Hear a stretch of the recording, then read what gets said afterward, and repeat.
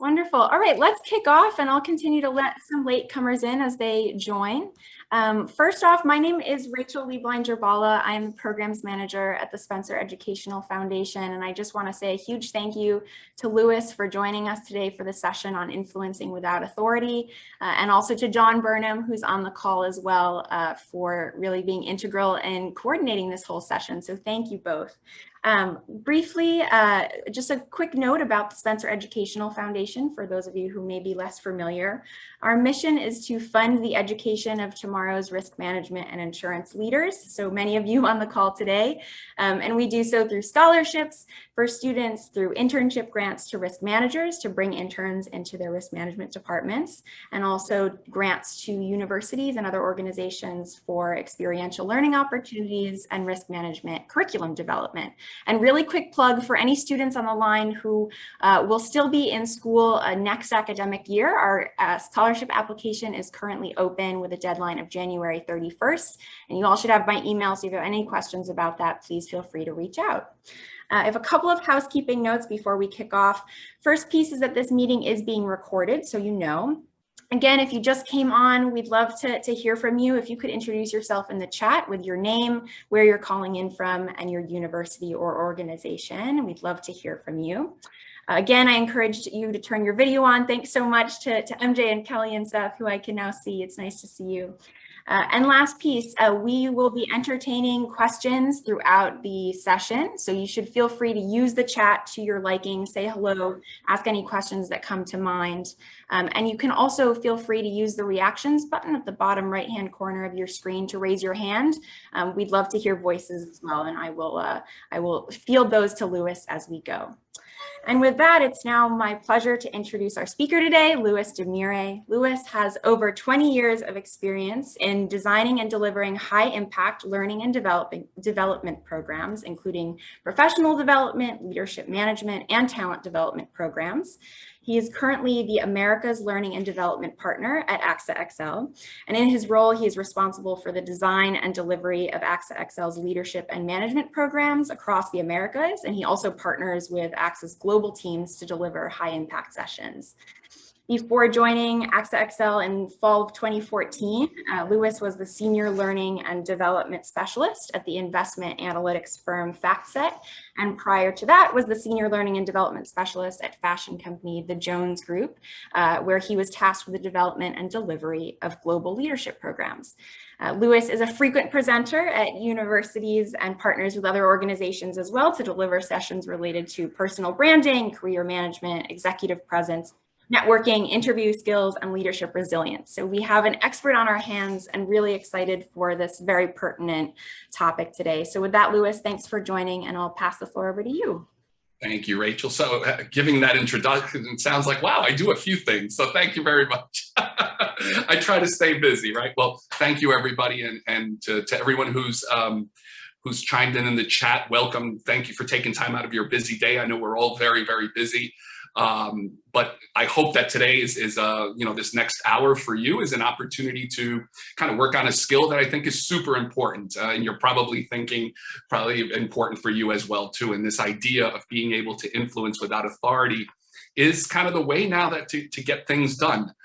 Just to give you a sense of a little to add what Rachel said there, that's a big part of my job, right? Is to really at AXA XL as part of the talent management team is to help influence things across the board when it comes to learning and development, leadership, management development, and so on. So I spend a good part of my day, as I'm sure most of you do, right? And I think that's the kind of thing I'd like you to consider in the back of your mind as we're going through this session, is to think about those opportunities and those moments throughout your day that you're influencing, and what are you doing, right, in that moment, and what skills are you hoping to develop today? So that's really what the ask is of today. Think about those opportunities that you have throughout your busy day, and what are you doing right now to influence, and hopefully what can you walk away with from today's session to add to your toolkit of abilities to influence without authority.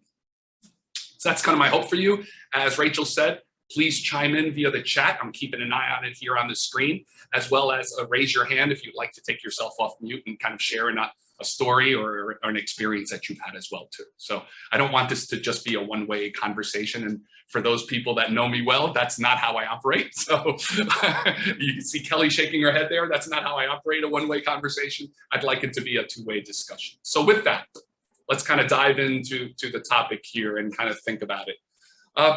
You know, I love this quote. I always like to start any session that I do with a quote because I think it kind of level sets us for the discussion that we're about to have. And in this particular case, this was a quote from John Hancock that he said, you know, the greatest ability in business is to get others, bring them along with you and to influence their actions, right? And that's what we spend our whole day doing. And that's what I'll ask you to do in a moment is to reflect and think about those opportunities that you have during your day to influence, to kind of use that thought process as we talk about some of the skills that we will today. So here's our agenda. Just kind of want to give you a picture of where we're headed today. We'll talk a little bit about why we're even discussing this topic, right? We'll first get that out of the way. Then secondly, we'll talk about the 9 steps to influence without authority, some of which you are probably already doing, but perhaps there are a few that you haven't considered, and that would be one of my goals today. So where do those steps fall into? Where they fall into the human factors that you need to take into consideration. So we'll spend a little time about that. And around that, it's about style. We all have a style in which we operate. And one of the ideas and one of the things that you need to consider as you are looking to influence someone is to think about your style, as well as perhaps the other person's style and meet them somewhere in the middle, right? So we'll talk about that. Then what are those communication factors that are going to be important? Things like active listening skills become hugely important in these opportunities. So we'll talk a little bit about those. And then lastly, what's your approach, right? So we work on those human factors, we work on our communication, but what should be our approach? And one of the biggest things that you'll see is to, you know, that old expression, keep it short and sweet, right? Because you know, time is of the essence for everyone. So we'll talk a little bit about your approach as well too. So that's kind of the map for today. So great to see you, Matt. I see your note there. Great to see you. Thank you for joining. So that's our approach today. So let's kind of talk about it.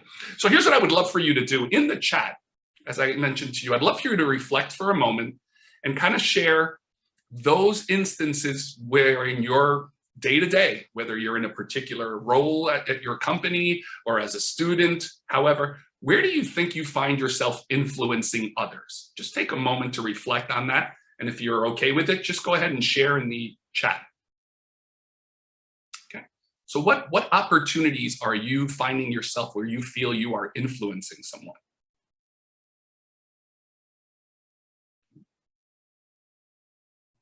So any thoughts? Just kind of think about that for a second and then please share it in the chat if you feel.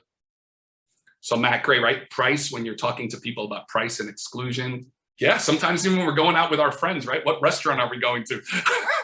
Getting them to buy into who's going to pay the bill is going to be important too. That's a good influencing opportunity there, right? Okay. In class, sharing your thoughts on topics. Absolutely, right? You might want to share an idea that you have in class and make sure that it comes across. You might even be trying to convince your class about an idea that you've got. Terrific. Inviting people to events, leading people in the band. Yeah, absolutely. Right. Helping your friends with career choices based on your experience. I think that's a phenomenal, opportunity. So great.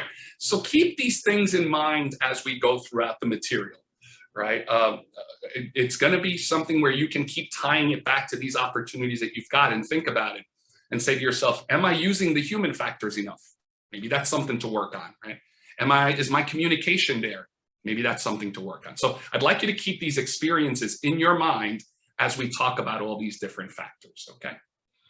All right, so we just did that. I wanted to jump the gun. So let's talk about the situation currently in organizations, right? And I'll use my dad as an example because he lived in the world on the left-hand side of your screen, which is very traditional, hierarchical command and control organizations, meaning you got things done because your boss told you to get it done, right? There was a clear, sort of a order, right? There was vice president, senior vice president, so on, and some manager and all of that. And you did things because your boss told you to do. And your responsibility was to make sure that as a manager, things got done. And so things were done because that was the expectation. If you look on the right-hand side now, organizations are much flatter, right? More matrixed. And so that style is not going to work anymore. We talk about collaboration, right? We talk about teamwork. We want people to be engaged in their work.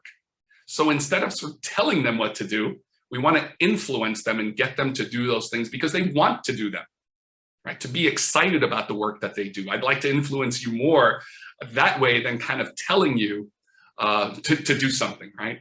And we all know the impact of one versus the other. When someone gets dictated or told, it's not a lot of fun, right? I mean, we all know that. We've probably had that done to us before. It's a lot more fun when someone sits, walks me through, discusses it with me, and I walk away going, you know what? I'm really excited. I want to be part of that project, or I'd like to take part in that opportunity. So that flatter, more matrixed organizations, we're going to reach across the table to other departments. In HR, I'm part of talent management in HR. I have to reach across to parts of the business to ask them to promote a session that I'm doing, or engage a leader in teaching that session with me, right? So I'm going to have to influence them to understand the importance of that in their busy day, as opposed to telling them what to do, right? So that's kind of the reasoning for why we're having this discussion. It's the way organizations are operating now, on that right-hand side. So keep that in mind, again, as we go throughout today. Okay, so I said to you that I'm going to share with you 9 ways to influence without authority. And if you kind of look at them here in 3 different categories, we're going to talk about each one as we go through them, right? That first category is the human category, right? And you can see here, there are really 3 things to think about when you're appealing to the human factor. You want to adapt to folks' social styles, and we'll cover that in a moment. You need to understand people's resistance to change, right? In many cases, we are asking people to change. We might be asking them to use a new piece of software. We might be asking them to take a different route to work, right? It could be many, many things. And sometimes people will react to that by pushing back.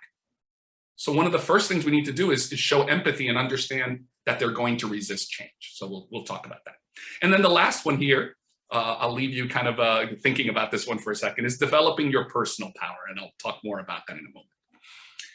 The second category then is, how do we communicate these things, right? We know we have to be in a human form, but then how do we communicate is a big factor in influencing.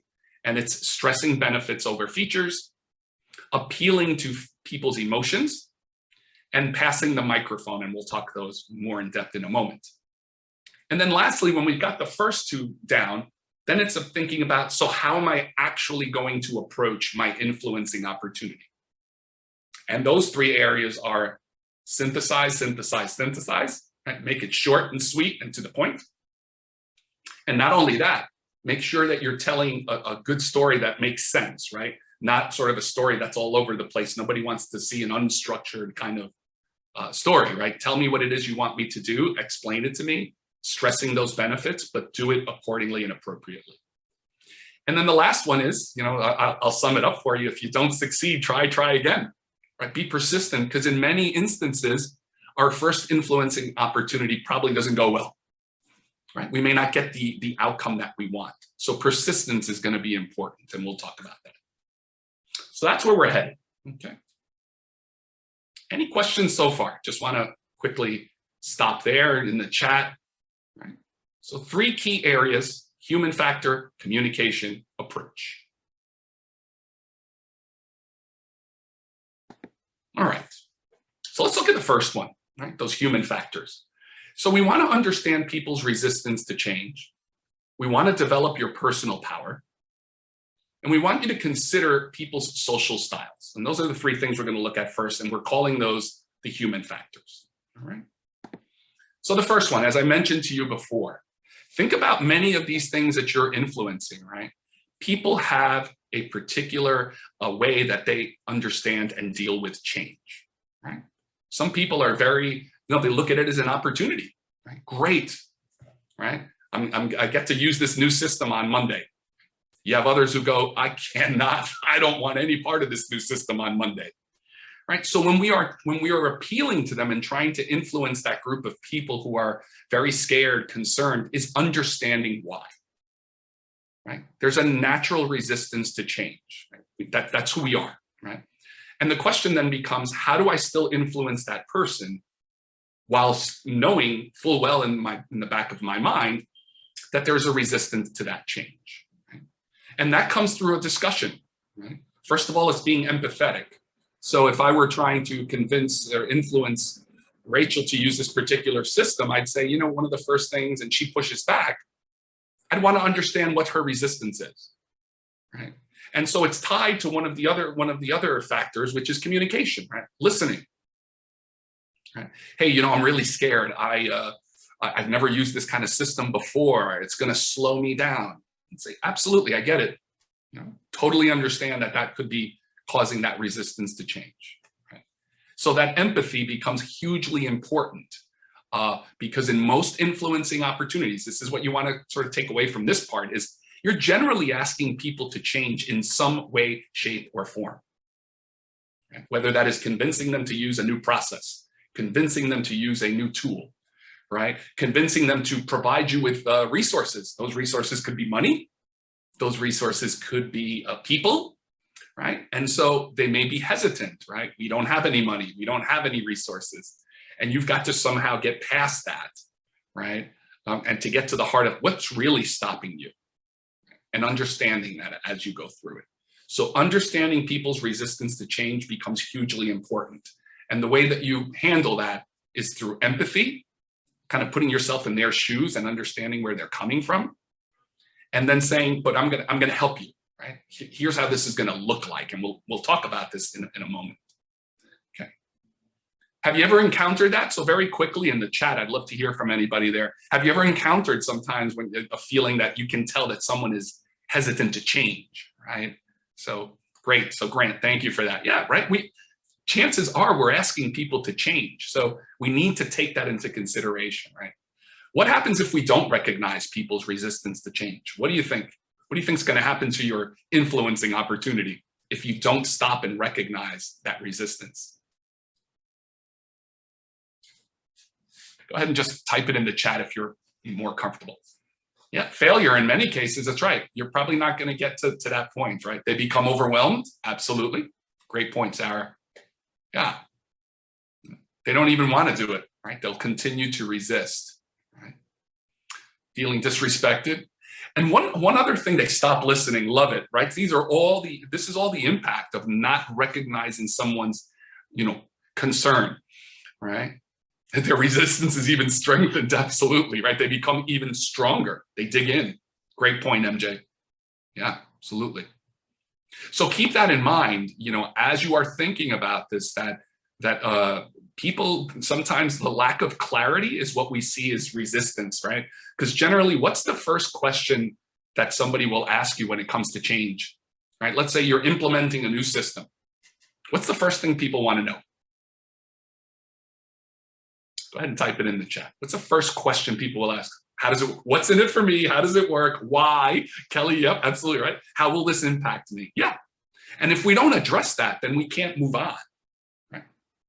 So important. I'm harping on this because it really is important. And it could, for a lot of you, you mentioned failure. That could already, sabotage your influencing opportunity.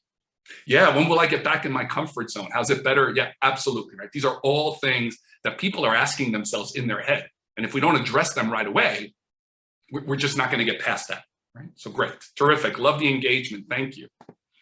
The second thing here is developing your personal power. And what I mean by that is your own ability to build a relationship and make a connection based on who you are versus simply by you being in a position of perhaps power, right? Even though we're saying influencing without authority, you might be reaching across the table to get something done. You probably will have a bigger impact or bigger rate of success if you develop a connection with that person, right? That all of a sudden there's like, wow, we understand each other. You get it. You get what I'm trying to do. You understand my concern versus simply trying to get it done because of the position that you are in. That would be the positional power, right? So one of the biggest things you can do, and you're doing it if you're helping someone with their resistance to change, is build that personal power. Focus on that person, right? Making sure that they feel heard, making that connection, right? I'd love to hear from you how you think are other ways that you can develop your personal power in an influencing opportunity, right? It's a little bit of connection. It's a little bit of listening. What else? What might be some other ways you develop your personal power in an influencing opportunity? Remember, it's completely the opposite as positional, right? Positional is because of my position. I'm in charge. Your personal power is more about you and what you bring to the table. Confidence, I love it, Rach. Great point. Right? Confidence for sure. Right? There's an issue of trust here, right? And one of the ways that people trust you is because they're confident in you. So it's a great point there. Making a unique connection, great point there, right? Sometimes in a conversation, you're like, oh, wow, you do that too, right? Or you're involved, or you've struggled with that as well too. And now all of a sudden, we have a sort of kindred spirits, right? And we can understand each other a little bit better.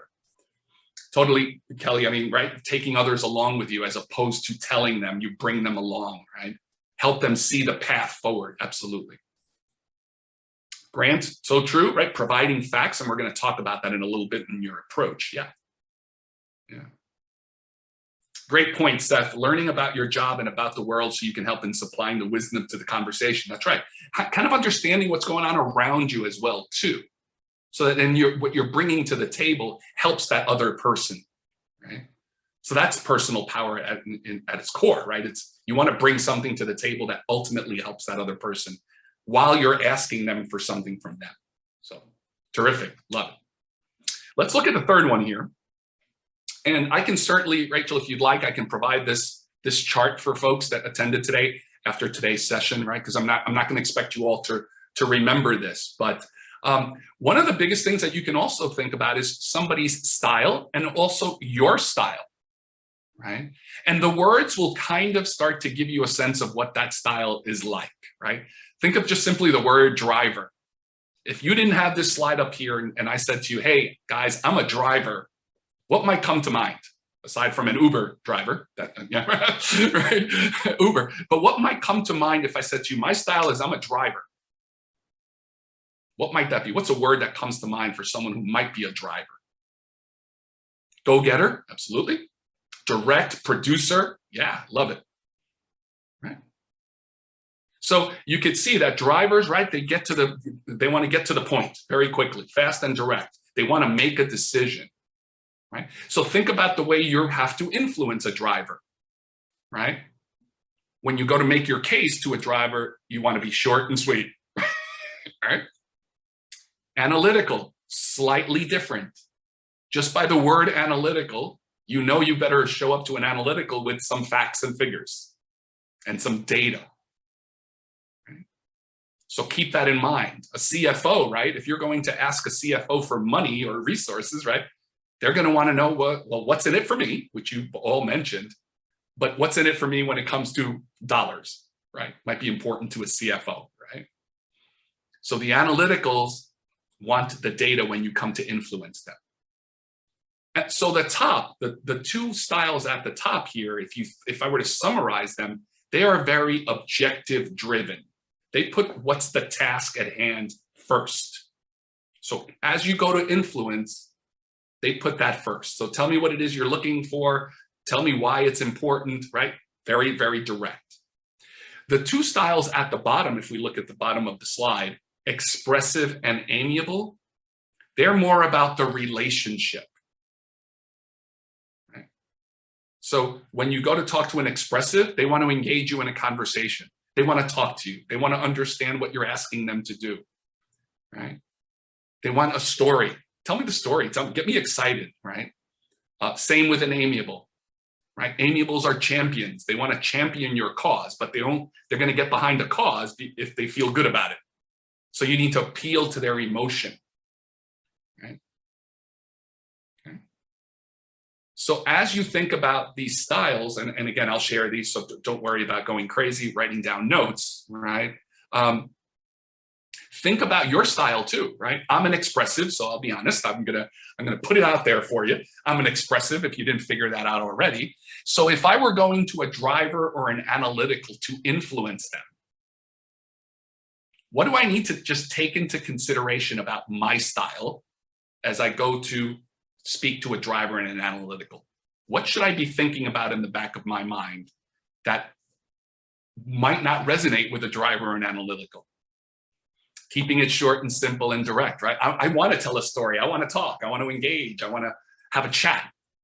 And so I need to be careful of doing too much of that with a driver in analytical. Right? Yeah, what are the goals, MJ? Absolutely, right? So keep that in mind. And so your goal here is to flex, meet them in the middle. So I would try to meet that analytical or that driver in the middle. So I would tell them a story, but a short story with some quick bullet points, right? Here are the 3 things I'm really asking you for. Right? And maybe just some background with each one. Okay. That kind of thing. So can any of you see yourselves in here? I'd love to hear from those of you that are watching. What do you think you are? Just quickly type it in the chat. Let's see if anybody can guess what they, kind of figure what they are. And you could take assessments for this and all that kind of thing. Right? So Rachel, amiable, yeah. Analytical, Seth, great. Right. Monica's expressive, all right. Matt, driver, I know you well, so that's correct. That's a good analysis on your part. Jeffrey, driver and analytical. Okay, great, Grant. So we got a lot of analyticals. So we have a lot of people on this call who want to know the facts and figures, right? The logic. Great, right? Kelly, yeah, knowing, having worked with you, absolutely know that well, right? So again, keep that in mind, right? It's important, and I bring this up because it'll help you in the long run, right? Get to a better outcome, because both parties will get what they need, right? You'll get what you need. The other party gets what they need. And because you've met them in the middle, it's a much more productive outcome of your influencing opportunity. All right. Louis, we had a question from Seth a couple of chats back. Oh, sorry. Yeah. No, I just wanted to raise this. Seth asked, do the topics you address these different folks with usually fit with the person they are? So thinking about the topics you're bringing to them. Yeah. And feel free to clarify if I misinterpreted your question. Yeah, good question. Good question. I would like to get some more clarity. I want to make sure I understand it. So Seth, if you're willing to take yourself off mute.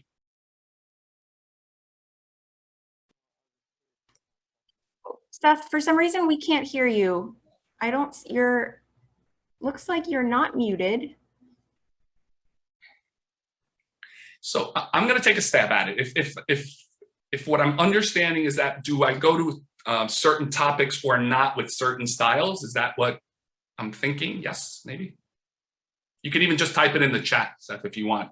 So would I go to an analytical with only certain topics versus going to an expressive with a different type of topic? Did I understand that question?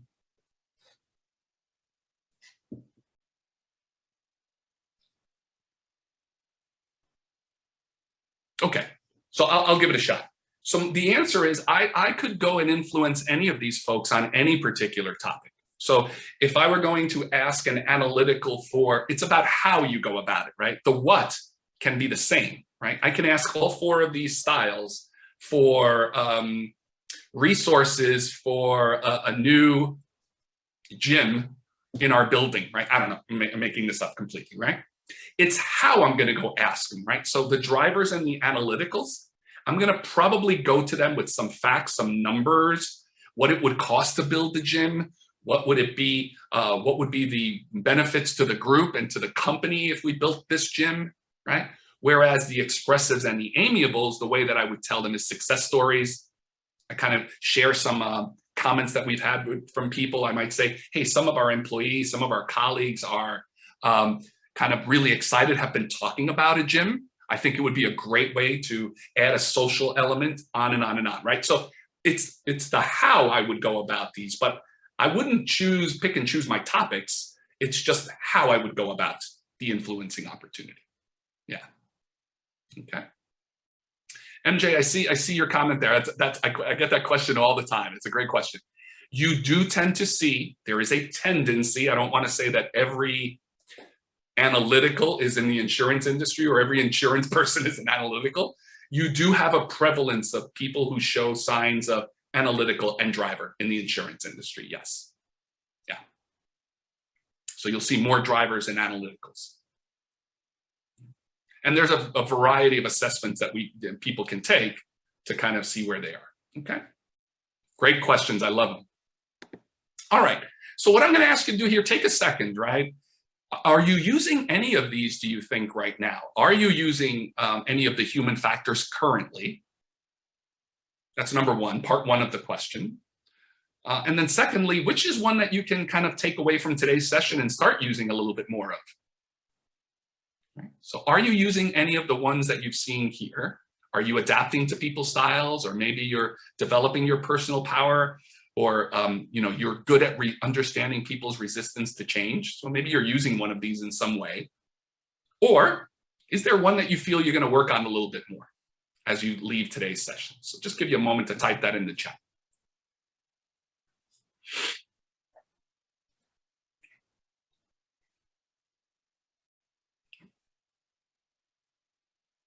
Great. Yeah, terrific.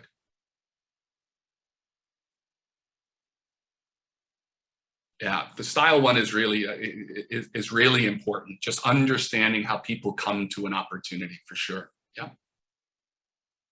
Great. And like I said, I will share those with Rachel, and you can sort of share those with the rest of the group. Yeah. Great. Love it. And the great thing is that we can work on these things, right? It's not like, oh, well, I don't have it, so no, I'm not going to be a good influencer, right? We can all influence. That's the great thing about this. Can really learn to use these skills. Right? All right, so keep it coming in the chat. Let's look at the second category, right? Which is passing the microphone, right? Kind of looking at those opportunities for, active listening, appealing to people's emotions, and stressing the benefits over the features. So that's the communication piece. So think about it. You're kind of thinking about the person's style. You're like in your head, okay, I got that down. Now, how do I communicate what it is I'm looking to influence them on, right? And so the first one we're going to talk about is passing the microphone, right? And if I had to summarize this in one way, less talking, more listening.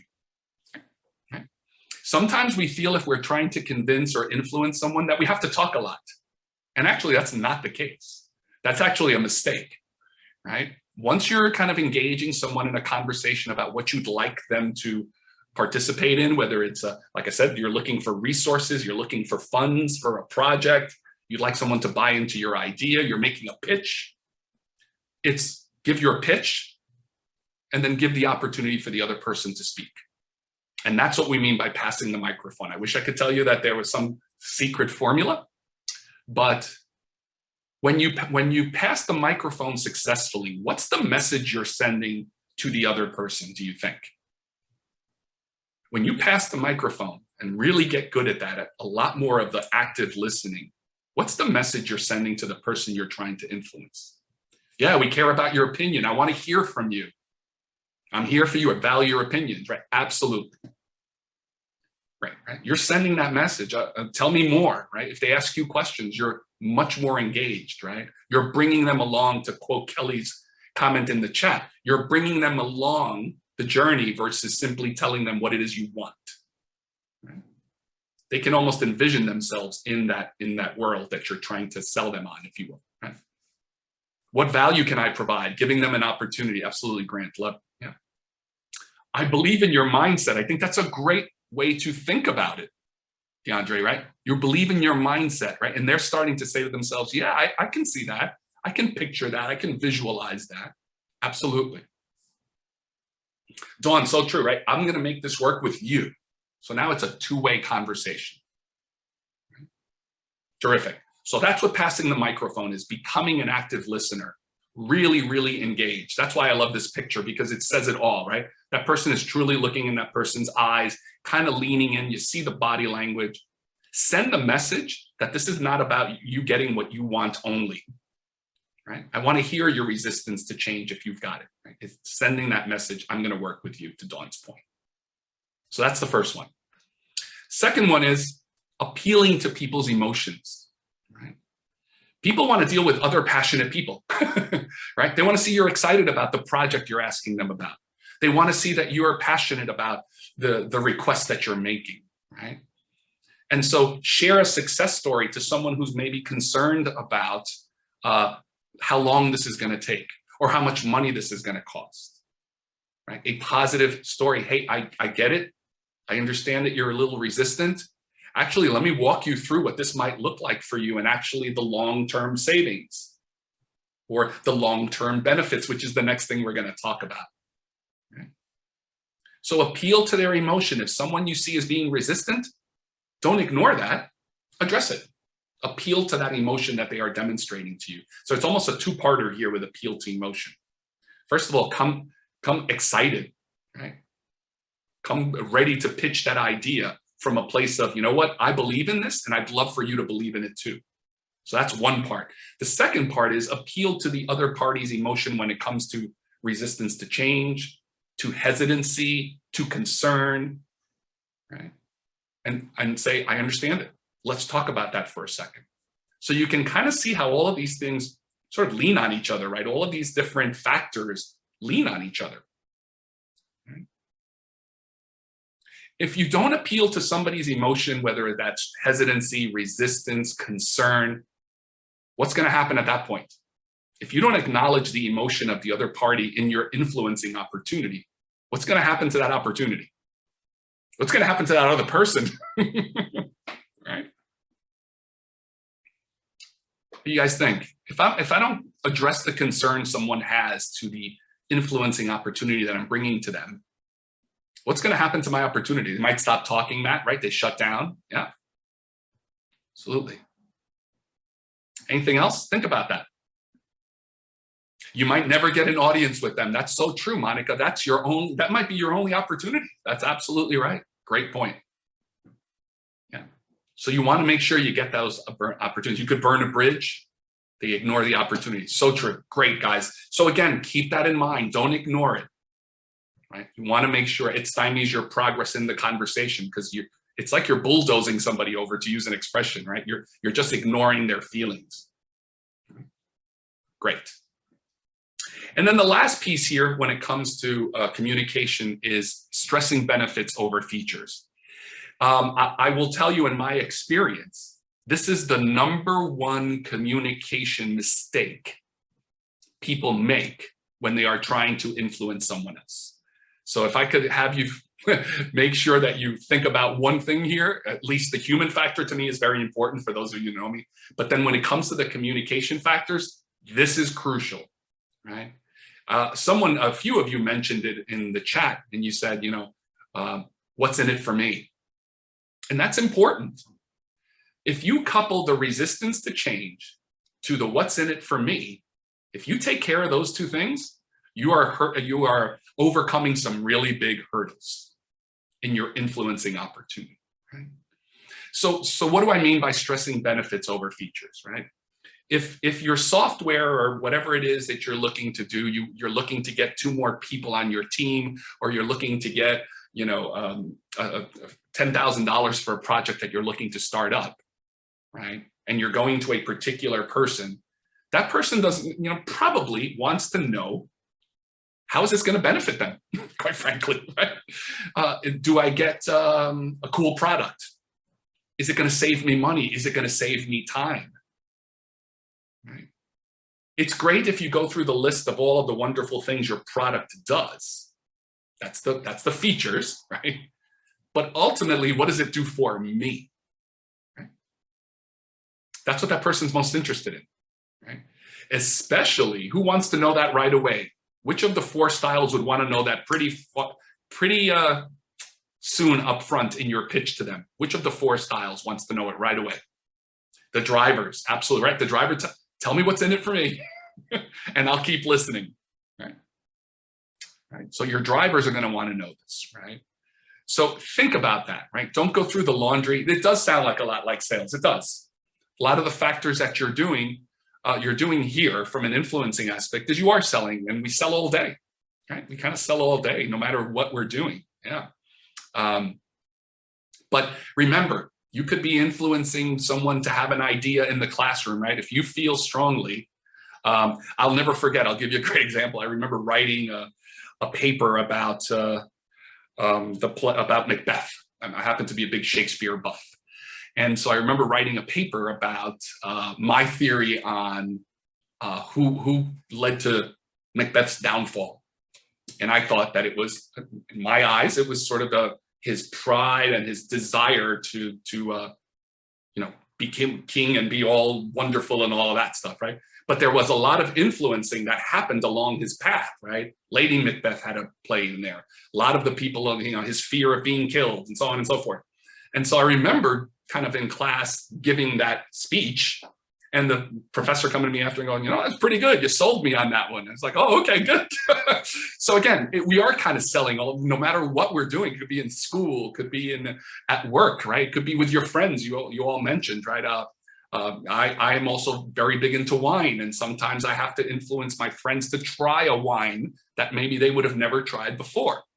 So I do that influencing all the time, right? So you never know, right? And it's more about same thing, the features. I try to tell them, I know you love, bold wines. This is a really bold wine. I know you love red wine. This is right? And sort of same thing, features, stressing those benefits. You're really going to enjoy this, that kind of thing. So yeah, it does sound like sales, but I don't want you to, sales is not a bad thing, right? Sales is not a bad thing. We sell all day long, right? So I'm seeing your question here, Seth. Good question. As you try to influence someone, when would you want to bring up the downfalls of the product? How would you bring up the faults of the product? So good question. I think you bring them up in authenticity when the time calls for it, right? I don't think you walk away from it. I don't think you hide it. I think you say, here are the things that are going to be important about my product, about my tool, whatever it is. It has some of its faults, right? It's not exactly the fastest one on in the market right now, but here again is where knowing your audience, knowing who you're talking to, and stressing those benefits to them is going to be important, because remember, the thing that might be flawed in your eyes might not really matter to that person at the moment, right? So that's how I would approach it. I wouldn't hide from it, but I certainly wouldn't necessarily harp on it, right? Because it might not be important to that person, and I might be doing myself a disservice by focusing on something that is not to this particular customer, client, what have you, important, right? If you're saying speed and the customer goes, I'm not really interested in speed. I just want my people to be able to use it and work on it, and I want to run reports.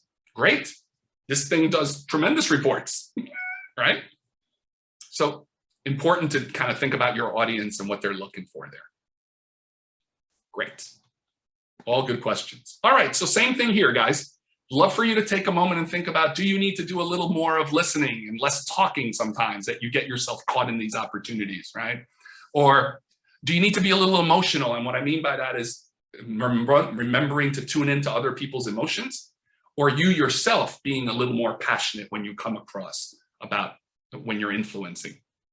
Or lastly, do you need to feel like you've got to stress on those benefits versus features? Maybe sometimes you just talk about all the wonderful things your product does, right? And not necessarily, or what your idea is, instead of focusing on what the benefit might be to the other person or group that you are trying to influence. Which one might be a work in progress for you? Go ahead and share that in the chat.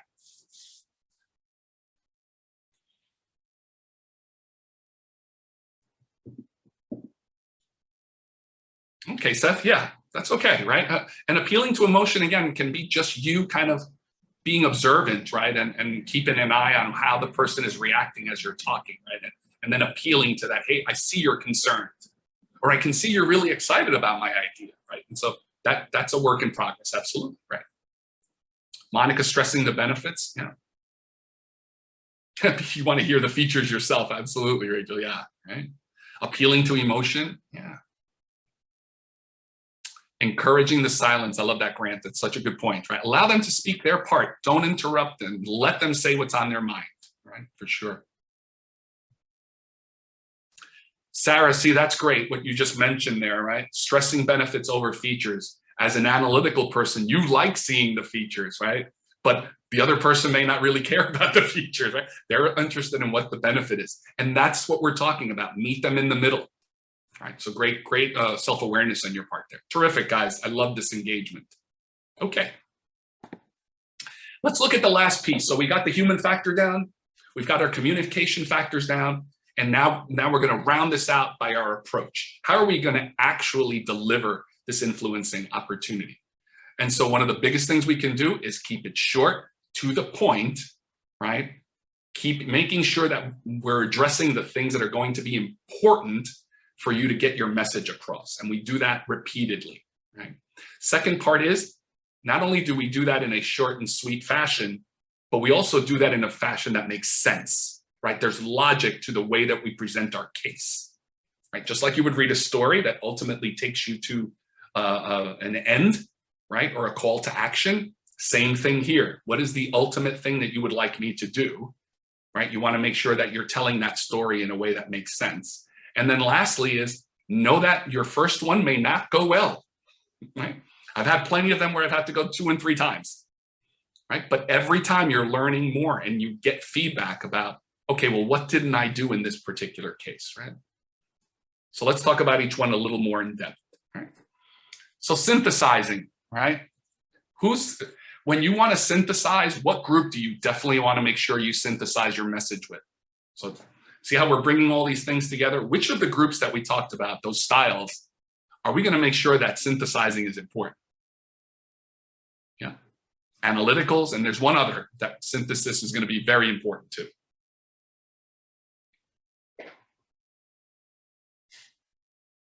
Up at the top there. There you go, Monica. Yeah, the drivers as well too. So they're going to want you to synthesize, keep it to the point, right? Tell me the 3 or 4 things that are important to know about your product, your service, what you're asking me to do, right? And I would even go one step further and make sure that you're talking about the benefits, right? And then there should be a call to action. What would you like me to do? That is why I am asking you for $10,000. That is why I would like you to pursue this line of thinking. That is why I'd like you to buy into my idea, right? So you lay out what the ask is. Here are the 4 or 5 things that are important for you to know about my product, my service, what I'm asking you to do. And not only that, here are the benefits to that, to buying into my idea, into my opportunity. And here's what I would love for you to do at the end. Kind of straightforward, right? But you want that to be short and sweet like that. We're not telling a big, long story unless we're talking to an expressive or an amiable. They might want to hear a little bit more about it and engage you in a back and forth. Right? Not only that, when you go to those analyticals and drivers, you want to make sure that your case is laid out appropriately, right? If you're scattered kind of all over the place, it's not going to make sense to an analytical and a driver, and they're going to go, I'm not really sure I understand this. I'm not sure I want to buy into this, right? Or pursue this avenue of thought, right? So instead, it's almost like you tell a story. You've got that beginning, that middle, and that end. Right? For analyticals and drivers, that beginning, middle, and end going to be a little shorter, right? For the expressives and the amiables who want a story, still want to tell a story, but you want to make sure that it leads them through to ultimately, right? Oh, I can see that. Yeah, great. Right? And I'll come back to what Kelly said, that whole idea of taking them along on a journey. That's what you're doing here. So you want to make sure that journey makes sense to the person. One of the biggest things you want to have people do in an influencing opportunity is envision themselves in that opportunity, right? So if you're saving money, if you're asking that your opportunity will save them money, they're going, yeah, I could see how this would save me money. And all of a sudden, if you're getting a head nod and they're starting to agree, you're like, okay, great. I think they can see the light, right? And you now the question is, what do you need to do to get them over the finish line kind of thinking, right? So a lot of head nodding will start to say, okay, I understand, I see it. But they won't be able to do that if it's kind of been all over the place and they can't picture sort of what the process would look like, right? And then the last piece is, guys, all kidding aside, as straightforward as I can be here, just be prepared for the fact that your first opportunity may not work, right? But it would be good to go back and say to yourself, what did I do there? And even get some feedback and say, the other person might say to you, hey, you know what? I'm not really seeing the benefit here. Ah, okay, perfect. When I come back the next time, I know that that's going to be important. Or, hey, you know what? I can't picture us doing this. Now you know what that is, right? So get some feedback so that the next time you go back and try influencing them again, you've got a little bit of a game plan, right? And speaking of game plan, right? As we wrap up, and I want to leave a few minutes for some questions, but I'll ask you this: of those 3 points, where do you think you've got to work on a little bit? Do you need to be better at shortening your pitch? Do you need to be better about telling that story in a way that makes sense? Or is it simply that sometimes you get discouraged and you don't go back and try to influence again? Right. So great, there's a synthesize. Thanks, Kelly. Yep, synthesizing. Yeah, sometimes, and that's a trick. We feel like we have to keep talking in order to convince people, and it's not necessary. Right? Monica, all of the above. All right, you have some homework, Monica. All right. Great. Right. And just a little secret about the styles, right? The analyticals and drivers, when you ask them for something and you ask them to pursue a line of thought, analyticals and drivers want to reflect on it a little bit. And so if you keep pushing them and talking and talking and talking, you actually shut them down. So give an analytical and a driver a little bit of time to reflect on your idea, as opposed to just keep pitching your idea over and over again. They're not going to really have an opportunity to think about it. So just a little trick there with analyticals and drivers, they are reflective, so give them that opportunity to reflect. So something you might want to do is set up a little game plan for yourself, right? And again, I can share this as well with all of you, but think about, what is it you want to influence this person about? What might they want out of it? What do you want out of it? Just to get in your head, a little game plan, right? It's always good to go in there with a plan, right? What style might this person be? Right? Now that you've got a little information, and what's my style? What could I potentially wind up going in there doing? Talking too much or talking too little? Right? Not focusing on benefits, right? Am I going to talk to the CFO? Am I going to talk to my friend? Right? A colleague of mine and one of my fellow students? Who am I going to speak to? So what might they want out of this? Right? And then what's the best way to communicate my idea? Short and sweet, maybe some stories, success stories, right? Thinking about that. So keep that in mind. This is just a little map for you to almost plan your conversation, knowing that it'll help you, kind of lay this out.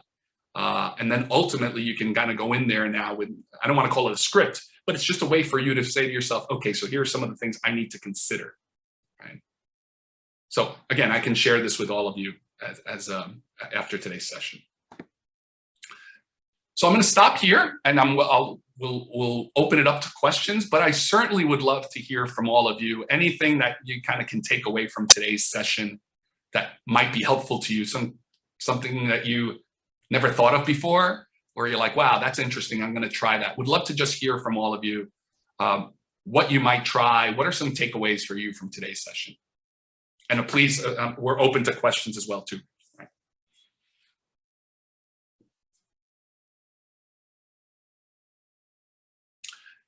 Yeah, so Seth, that's a really good point, right? My own experience, right? So if I'm going in and I know that I'm going to see a very senior leader, right? I know I've only got 30 minutes on their calendar, right?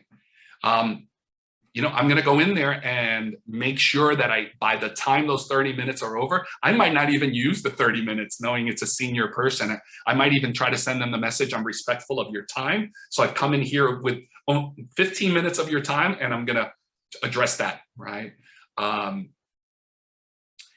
might say to them, if I don't need them to give me an answer immediately, Seth, so again, if I know I'm talking to a driver or an analytical, I might say, love to hear from you, in a couple of days, right? Knowing that they're going to have a little bit of reflection time. So depending on your audience and what that audience's style is, will impact a little bit of how that timing will work. But that's a really good question to ask because it does play a part. Great. Anybody else? Good question. I have a quick question. What are your tips on identifying an individual's social style if you don't know them extremely well and personally? Great question. You start to sort of pay attention. So I'll give you an example. If someone says to you, can you tell me more about that? I'd like to see some numbers. Do you have a spreadsheet? Right? Do you have any more backup information on this? Right? You can kind of say to yourself right away, I've got an analytical, right? Or at least someone who leans towards the analytical, right? If you're talking to perhaps a driver, they're like, hey, Rachel, can you just get to the point here? I'm sorry, I'm really rushed for time. What is it you're asking me to do, and what's going to be, right? They might say, am I going to save money on this? Is this really what this is, right? So they might push you and prod you along a little bit, and you've got yourself a driver in the room, right?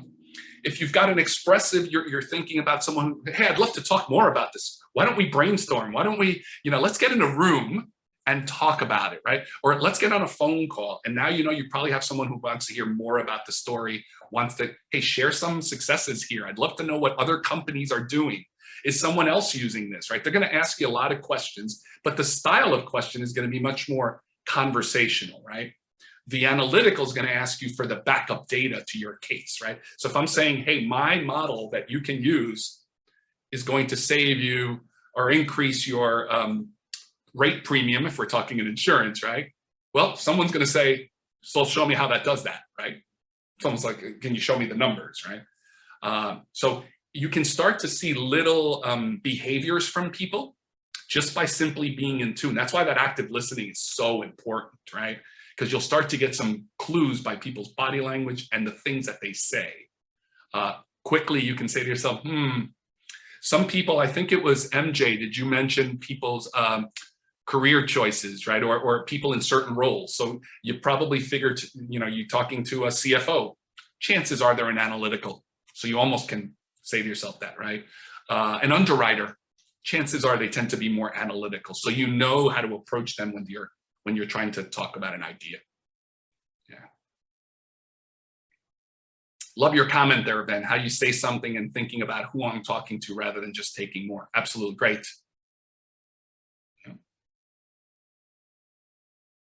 Oh, thank you, Sarah. That's great. I'm glad you enjoyed.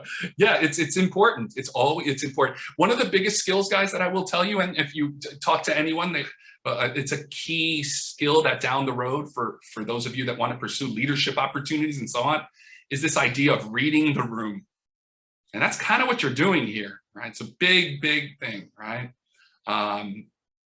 So reading the room becomes important. And so that's kind of what we're doing. I think to Rachel's question about styles, it's observing, right? And saying to yourself, okay, who's my audience here? And so how do I shift? Do I need to be more expressive, or do I need to be more analytical, right? So that idea of reading the room becomes very important.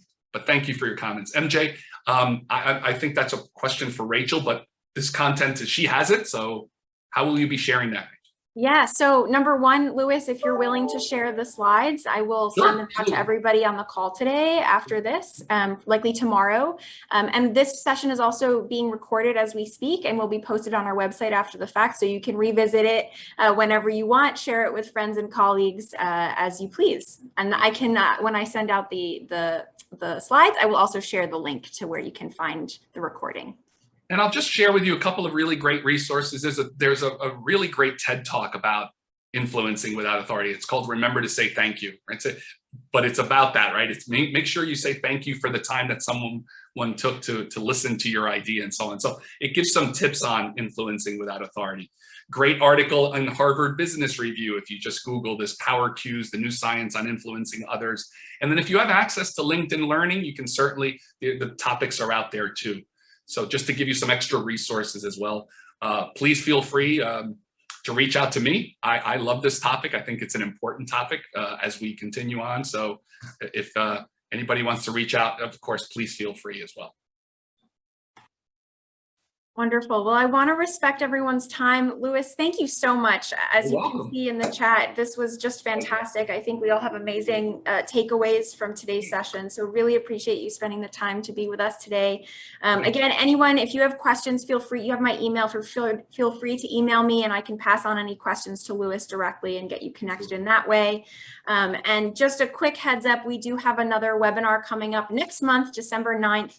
It's going to be on how to start a startup with David Gritz from InsurTech New York. So that should be very interesting. So feel free to join us again.